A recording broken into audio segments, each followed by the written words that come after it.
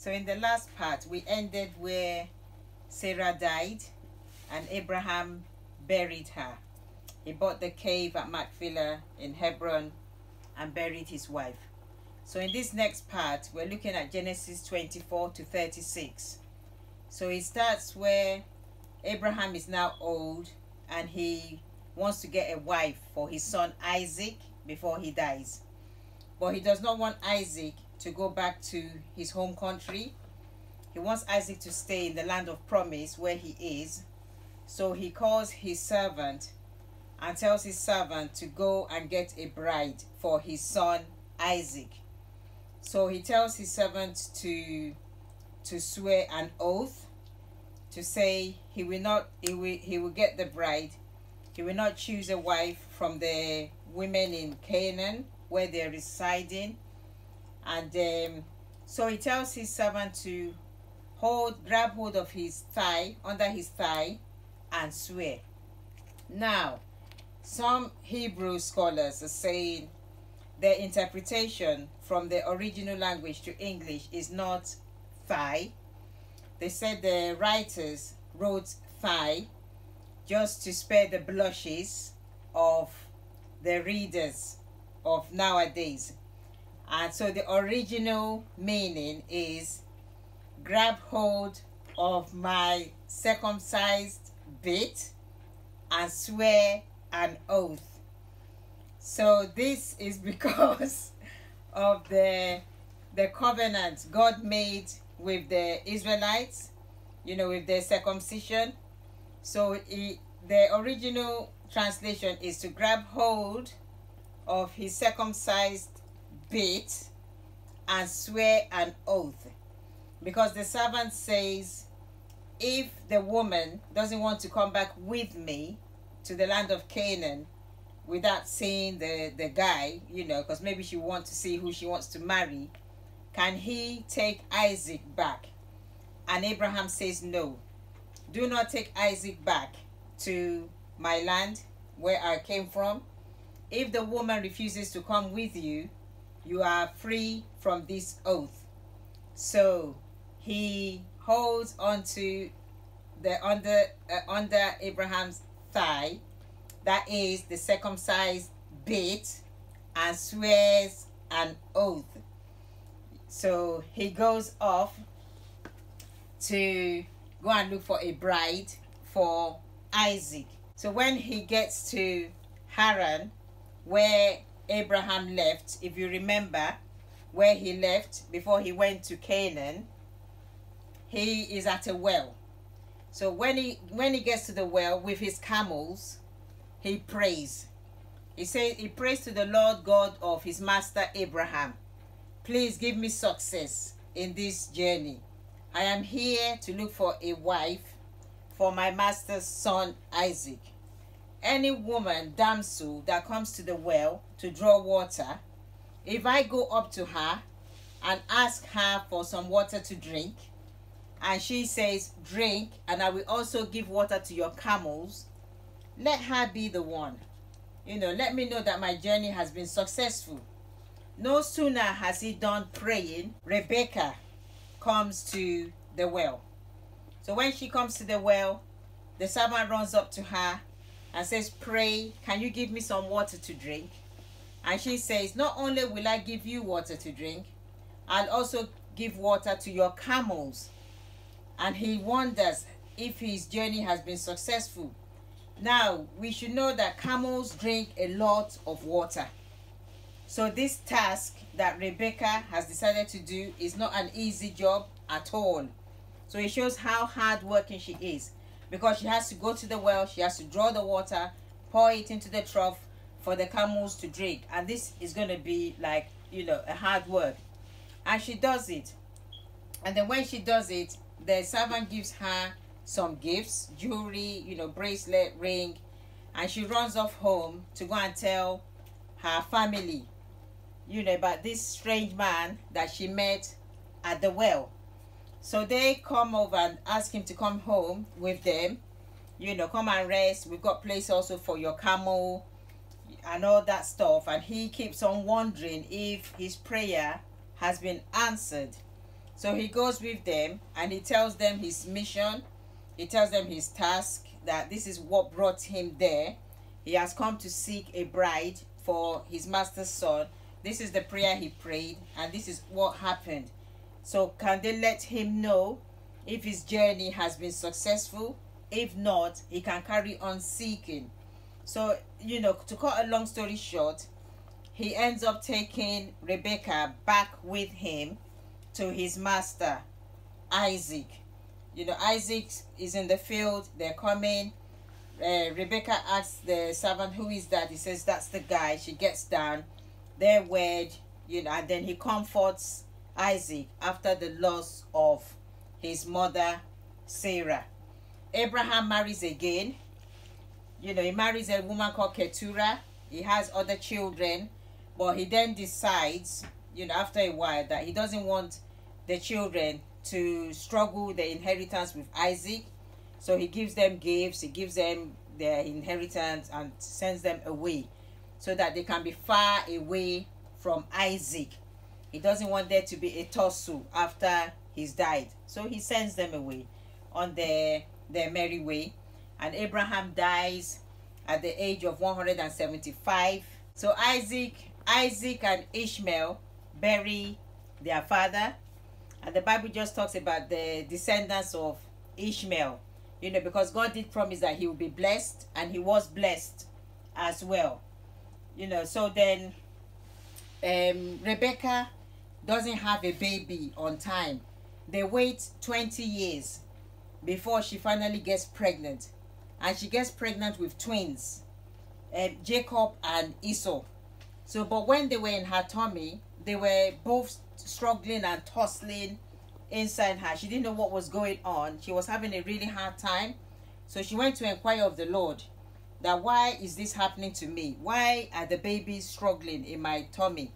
And she was told that 2 nations are in your womb. The elder will serve the younger. So she knew about this prophecy even before the children were born.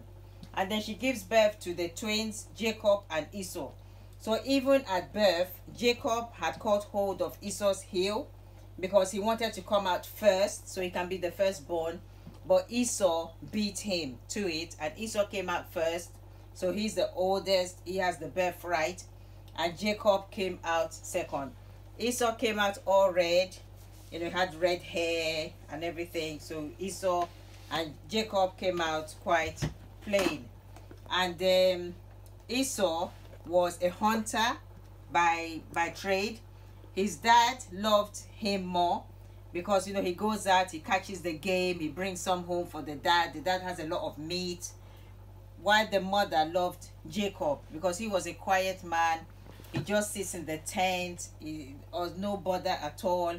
So they have their favorites, which is why it's not right for parents to have a favorite. It happens, but this was quite glaring that the mom loved Jacob, the dad loved Esau. So one day Esau comes home and he's starving, he's famished, he wants something to eat. So it's likely he did not catch any game that day, or he did catch something but he hasn't yet prepared it, so the meat's outside raw and he wants something to eat now. His brother Jacob is cooking some stew. He comes in, he asks for some stew to eat because he's starving, and Jacob says, sell me your birthright and I will give you some of my stew. Esau says, what good is a birthright to me if I am dying of hunger? Take the birthright, give me some stew. Jacob says, not so fast, swear an oath that you will give me the birthright. Esau swears an oath. Jacob gives him the stew, gives him some bread, and that's how Esau gives his birthright away because of stew, which is quite amazing really, because the firstborn knows the entitlement that goes with a birthright. As the firstborn child, you get all the blessings from your dad. You get more inheritance because it's not shared equally among the kids. The firstborn gets so much privileges. So why he would just give it away so flippantly? Because it's been written, you know, it's in the prophecy that the elder will serve the younger. He gives it away. So after a while, Isaac, there is a famine in Canaan. So Isaac and his wife Rebecca, they go to Gerar and meet Abimelech. So it's likely that it's not the same Abimelech that Abraham met, but they must be called Abimelech because this is so many years. And Isaac repeats the same thing that his dad did, tells his wife Rebecca, you are a beautiful lady. They might want to kill me and take you from me, so tell them that you are my sister. Don't tell them you're my wife. So Rebecca also does the same thing that Sarah did and says he's my brother. And but one day Abimelech was walking out on his patio. He happened to look down. He saw the way Isaac and Rebecca were hugging each other, probably kissing each other, and he thought, no, they can't be brother and sister, you know, that's the wife. So he calls Isaac and says, you lied to me. She's not your sister, she's your wife. I saw the way you guys were kissing. You will not kiss your sister like that. So Isaac now confesses and says, it's true, I lied because I thought maybe you want to kill me and take my wife from me because she's beautiful. And so Abimelech calls all the men and warns them not to trouble them, leave them alone. They are a married couple. Nobody should disturb either one of them. So he warns his people. Isaac gets very, very rich. He gets rich in cattle, herdsmen, maids, servants. And it seems that Abimelech got jealous of him. So he calls him and tells him that he wants him away from his land. We don't want your type here. Get out. So it's quite funny, really, because you want your men not to bother them, and then you now come later and say, I want you out of the land. He sends him away. Isaac moves. Where he goes to settle, he digs a well. Some men come, they say the well is for them. He doesn't complain. He moves again to another place. He digs a well there. Once there's water, some men will come, the Philistines will come and say that's their well. Isaac will not say anything. He will take his men. I think it was when they dug the third well, nobody came to say it was for them. Now that's the place where they now settled. And if we remember, in those days, there's no equipment to dig wells. They have to use hard labor, their back. They use crude instruments to dig the well. So you know how difficult it is before you dig all the way down to get water. And then for some people now to watch you doing all that hard work in the blazing sun, sweating, and then they now come and say it's for them. But Isaac doesn't fight. He just walks away. He leaves it for them. And he goes. And then God now renews the covenant with him, with Isaac, the covenant he had with his father Abraham, that I will be your God. You know, I will give you this land, you and your descendants forever. Abimelech now comes and looks for them. He comes there. Isaac says, what do you want from us? You chased me away. You told me to leave. I have left. So what do you want now? Abimelech says, I just want a peace treaty between us, because I have seen that God has blessed you. You are really blessed of the Lord. I don't want there to be any trouble between us. So let's just make a covenant, a pact, that we will not harm each other. Isaac says, that's fine. They make it. And then Rebecca overhears Isaac, her husband. She called Esau, the firstborn son, by right, and said, Esau, I am getting old. I now need to bless you as the firstborn. So what I want you to do, go and hunt and catch an animal, a game.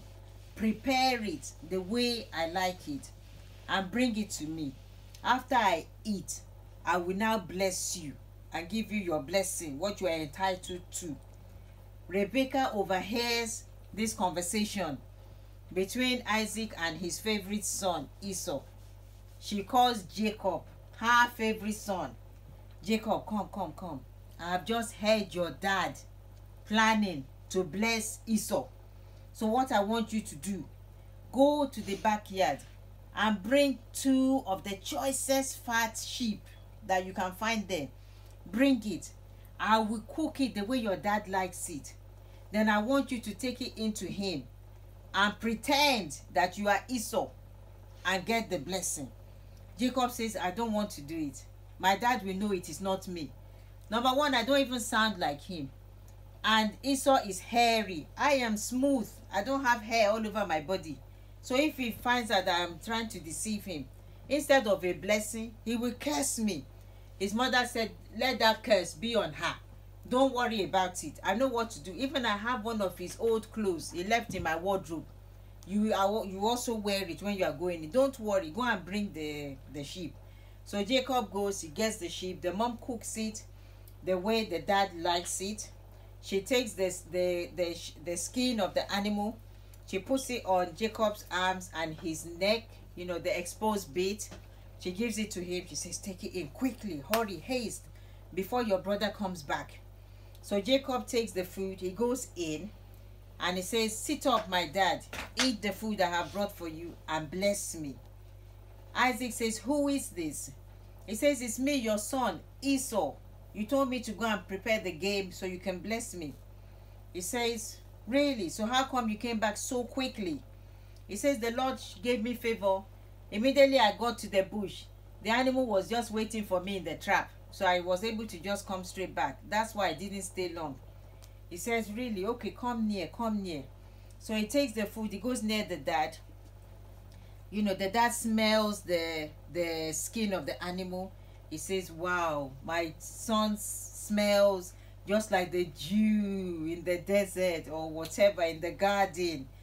You know, so he's so happy.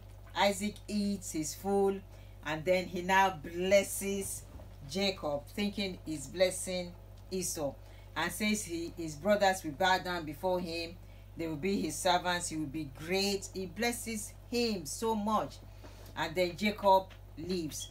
After Jacob leaves, Esau arrives with the food that he has prepared.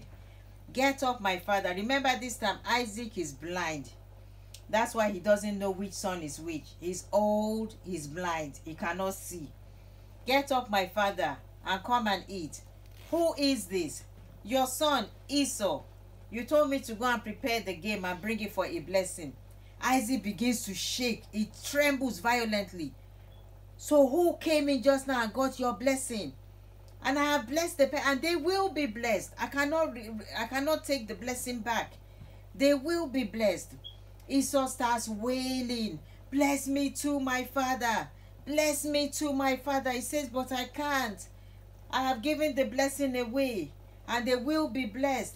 But what? Don't you have any blessing for me? He says, I'm sorry. I have given it away, but bless me too, my father. Bless me too. Then he says, okay, I can bless you. You know, your brother will still be blessed, and you will serve him. But after a while, you will break that yoke from off your neck. That's all I can say. So Esau leaves his father very unhappy. He's wailing, he's crying, he's not pleased. He goes out, he's threatening to kill Jacob. But he says he will wait. Once Isaac dies, he's going to kill his brother Jacob. So someone went to tell the mother, Rebecca, that this is what Esau is planning. He's going to kill Jacob.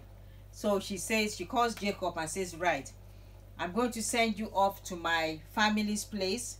You will go there and settle there for a while, because I cannot lose two sons in one day. So it's possible that if once Esau kills Jacob, then Esau will have to be killed, because you know after the flood, the commandment was whoever kills should be killed. So it's a law. So she knows that Esau also will be killed. So she says, I cannot lose 2 kids in one day. So she tells her husband that I don't want Jacob to take wives from the people here. So I'm going to send him to my family so he can get married among my people. And Isaac is happy. He calls Jacob and he blesses him. He says, yeah, you should go and get a lovely, God-fearing wife. And that was how Jacob left. So they deceived Isaac, both with the blessing and the real reason why Jacob has to leave. So Jacob goes, and on the way he's tired. He decides to rest. He gets a stone as for a pillow. He puts his head on it, and he has a dream. He sees a ladder from the earth to heaven, and he sees angels going up and down and up and down. And when he wakes up, he says, wow, the Lord is in this place, and I did not even know it. This must be the entrance to heaven. So he builds an altar, and he makes an oath there, a vow. Lord, if you bring me back safely, if nothing happens to me, my brother doesn't kill me, you will be my God forever. And he makes a column there, and consecrates that place. So he goes, and when he gets to his mother's place, he's at the well. He's always at the well. Abraham's servant found Rebecca at the well. He also is at the well. And Rachel comes out to feed her father's sheep. Her father is Laban. Laban is Rebecca's brother. So she comes to feed to water the father's sheep, and Isaac helps to roll away the stone which is on top of the well and helps to water the sheep. And she goes home, and they say, you're quick today. I say, oh yeah, this stranger helped me roll away the stone, and that's why I was able to water the flock. And they say, so anyway, they call him, and he tells Laban, Rachel's dad, that he wants to marry Rachel. And so the Laban said, okay, you have to serve me for 7 years. That's your bride price. 7 years, and after 7 years I will give you Rachel. So he gladly works, and the 7 years goes really quickly because he's so in love with Rachel. Rachel has a sister, Leah. The Bible says she has weak eyes, so she's not as beautiful as Rachel, and she's the oldest. Rachel is the youngest. So after the 7 years, Isaac now goes to his uncle Laban and says, I have worked for you for 7 years, give me my bride. And the father says, okay, that's fine. We are going to do a wedding feast. And the wedding feast normally lasts for 7 days. So they do the wedding feast, and in the night, the bride is taken to Isaac's tent. And in those days, there's no electricity, so it's dark. And so he's with his wife, and they don't talk much because she's shy. It's her first night with her husband. In the morning, when it's bright, and Isaac wants to cuddle Rachel, he sees it's Leah, Rachel's sister. He says, what? He runs to his father-in-law, Laban. Why did you deceive me? You gave me Leah, but I worked for Rachel. I don't want Leah. She's ugly. I want Rachel. And then the father says, well, we have a custom here. The firstborn has to marry first before the young. The young can't marry before. He says, but I worked for Rachel. I don't want Leah. So the father said, okay, I will also give you Rachel, but you have to work 7 years again for Rachel. But fortunately, he doesn't have to work the whole 7 years before he gets the wife. He gets the wife, and then he works 7 years. So he now has 2 wives, and he does not love Leah, but Leah is the one that's having the babies for him, and the maids also have babies for him. Rachel, his beloved wife, cannot have a child, but he does not love Leah, who has the kids. But eventually God answers Rachel, and she also has a son, Joseph. So that's how she has Joseph. And so after that, Isaac is there for about 20 years. He goes to his father-in-law and says he wants to leave, he wants to go back home. So, and the father-in-law says, okay, what do you want me to pay you? Your wages. You've worked for me all these years and I haven't paid. And Isaac says, I just want let's divide, let's share the flock. I will take all the sheep and the goats that have spots and speckles on them, and you can have the ones, the plain ones that don't have any spots and speckles. But Laban cheats him out of it. You know, he cheats him out of it, and eventually he decides that, okay, he calls his two wives and says, I'm going, I have to leave. Your father doesn't look at me good anymore. He's cheated me 10 times out of my wages. I don't think the relationship is working, so we have to go. And the daughters agree and say, yes, even he cheated us also out of our bride price. He did not give it to us, and he treats us like strangers. He doesn't treat us like his daughters. So they decide that they're going to leave. So they pack their things early in the morning and they leave without saying goodbye. Laban pursues them, but God tells Laban not to say anything to Isaac, whether good or bad. So he reaches there and they make a covenant, you know, a covenant of peace, that they will not harm each other. So they are all going, and then Isaac hears that Esau, his brother, is coming with 400 men, and he panics. He thinks, oh my God, this is 20 years. So Esau still wants to kill me. He hasn't forgiven me. So he splits all his company into groups, that, okay, if they meet Esau and his men, if they kill this group will escape. If they kill this group will escape. You know, and then he sends them all ahead with gifts for Esau and tells them that they should say it's from his servant Jacob, and he stays behind. So he goes to pray, and he wrestles all night with an angel, and he holds on tight to the angel. The angel is saying, let me go, for the day dawneth. And he said, I will not let you go until you bless me. And so the angel asked, what's your name? This time around, he does not say, my name is Esau. He says, my name is Jacob. And he says, okay, no longer will you be called Jacob. Your name is now changed to Israel. And that's how his name now becomes Israel.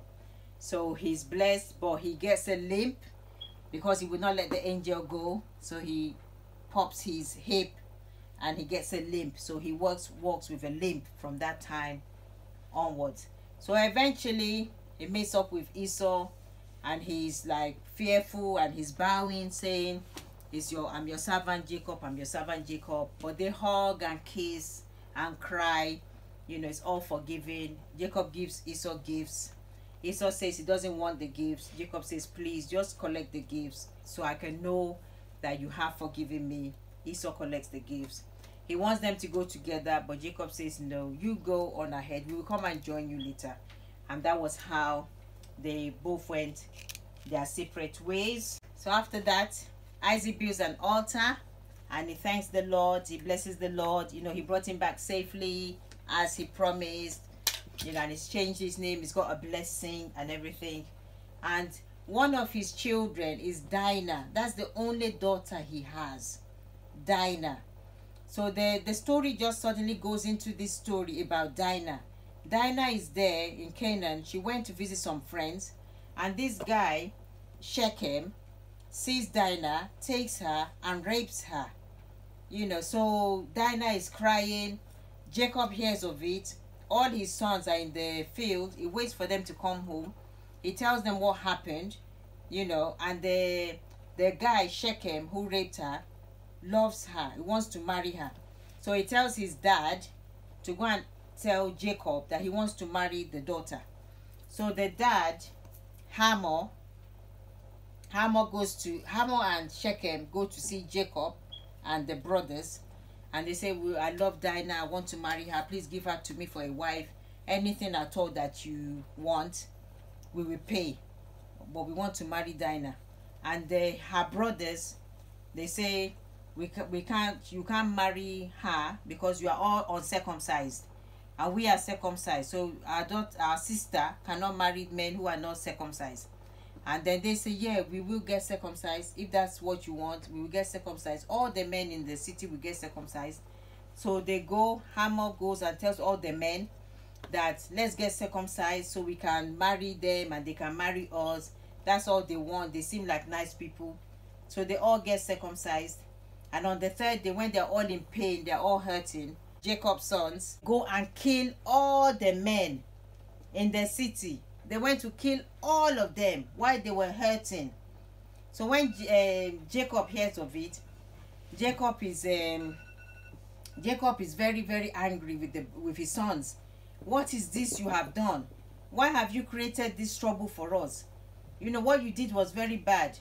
It was Levi and Simeon. They are the ones, yeah, not all of the sons. Levi and Simeon went to kill all the men. He said, why did you do this? What you have done is really bad. You know, they made an agreement with us and everything. You went to kill them. So what you did was wrong. So they now have to leave. He said, we have to leave this place. If not, if other people here, they will come and attack us.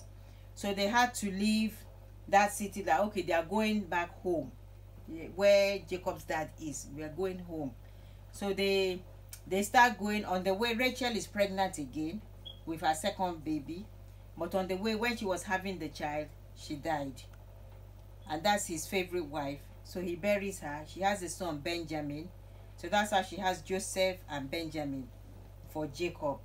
And they go home, and the dad, Isaac, dies. And both Jacob and Esau bury Isaac. And so the final chapter there just talks about Esau's descendants. So we're going to stop here today. The final bit of Genesis that we will see is the life and the times of Joseph. So that's a really fantastic story, and that will conclude Genesis. So thanks for watching. God bless you. Bye.